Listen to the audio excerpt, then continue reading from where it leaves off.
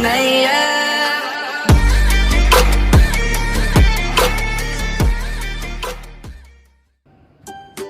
Hai, Assalamualaikum warahmatullahi wabarakatuh. Good morning students, how are you today? Bagaimana kabarnya? Semoga kalian semua dalam keadaan sehat ya.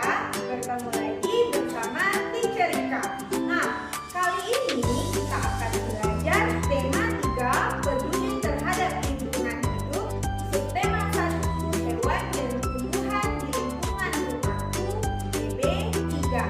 Namun sebelum kita mulai pembelajaran hari ini, mari kita berdoa terlebih dahulu sesuai dengan kepercayaan masing-masing agar pembelajaran hari ini dapat berjalan lancar dan bermanfaat bagi student teacher semua. Nah, baiklah student, pada PB3 ini kita akan belajar tentang bagian-bagian tumbuhan dan cara membuat pertanyaan wawancara. Nah, sekarang coba perhatikan gambar berikut ini. Gambar apakah itu? Ya, pohon. Nah, sekarang coba amati lagi. Apa saja bagian-bagian dari pohon tersebut? Benar, ada batang, ada daun yang rindang, dan juga terlihat akar. Nah, semua itu sangat bermanfaat bagi kita sebagai manusia. Nah, sekarang dengarkan ya, kita akan mengenali bagian-bagian tumbuhan. Sekarang coba perhatikan. Nah, yang pertama, akar. Akar adalah bagian tumbuhan yang umumnya berada di dalam tanah. Akar berfungsi sebagai bagian yang mengokohkan tumbuhan. Jika tumbuhan tidak memiliki akar, maka tumbuhan akan mudah dicabut atau mudah roboh ketika diterpa angin atau hanyut terbawa air ketika turun hujan. Selain itu, akar juga berfungsi menyerap zat mineral dan air dari dalam tanah dan juga sebagai tempat penyimpanan cadangan makanan pada beberapa tumbuhan umbi-umbian. Nah, jenis akar terbagi dua, yaitu akar serabut dan akar tunjang. Akar serabut hanya memiliki rambut akar dan pundung akar, contohnya pada padi dan jagung. Yang kedua ada akar tunggang. Akar tunggang memiliki akar pokok atau akar yang tampak besar, cabang akar, rambut akar, dan pundung akar. Contohnya yaitu pada tumbuhan mangga dan rambutan. Lalu yang kedua kita akan belajar tentang batang. Batang adalah bagian tumbuhan yang berada di atas tanah. Batang berfungsi sebagai tempat munculnya daun, bunga, dan buah.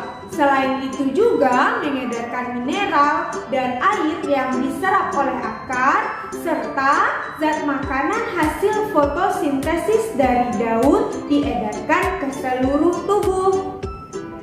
Selain itu pada beberapa tumbuhan, batang juga sebagai tempat menyimpan cadangan makanan. Contohnya pada tumbuhan tebu. Selanjutnya yang keempat adalah daun. Daun adalah bagian tumbuhan yang berfungsi sebagai tempat berlangsungnya fotosintesis.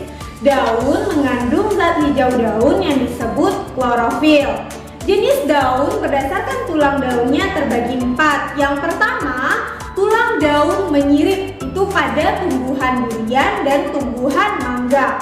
Yang kedua, ada tulang daun menjari, yaitu terdapat pada tumbuhan pepaya dan tumbuhan singkong. Lalu yang ketiga, tulang daun sejajar pada padi dan jagung. Dan yang keempat, ada tulang daun melengkung pada daun sirih dan teratai.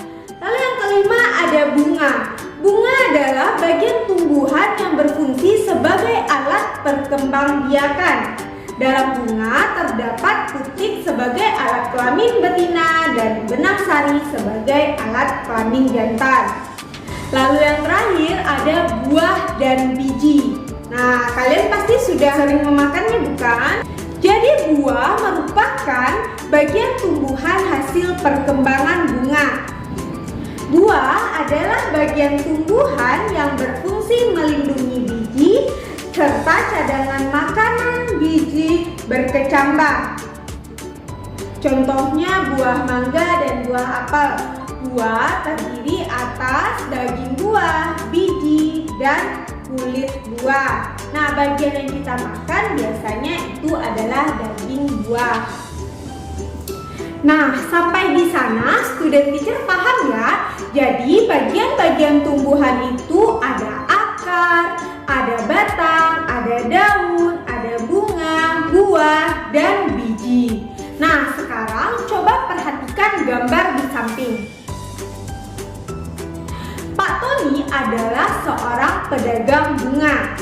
Nah, kita akan menjadikan Pak Tony sebagai narasumber. Ya, orang yang akan kita wawancarai. Jadi, apa yang kita butuhkan untuk mewawancarai Pak Tony?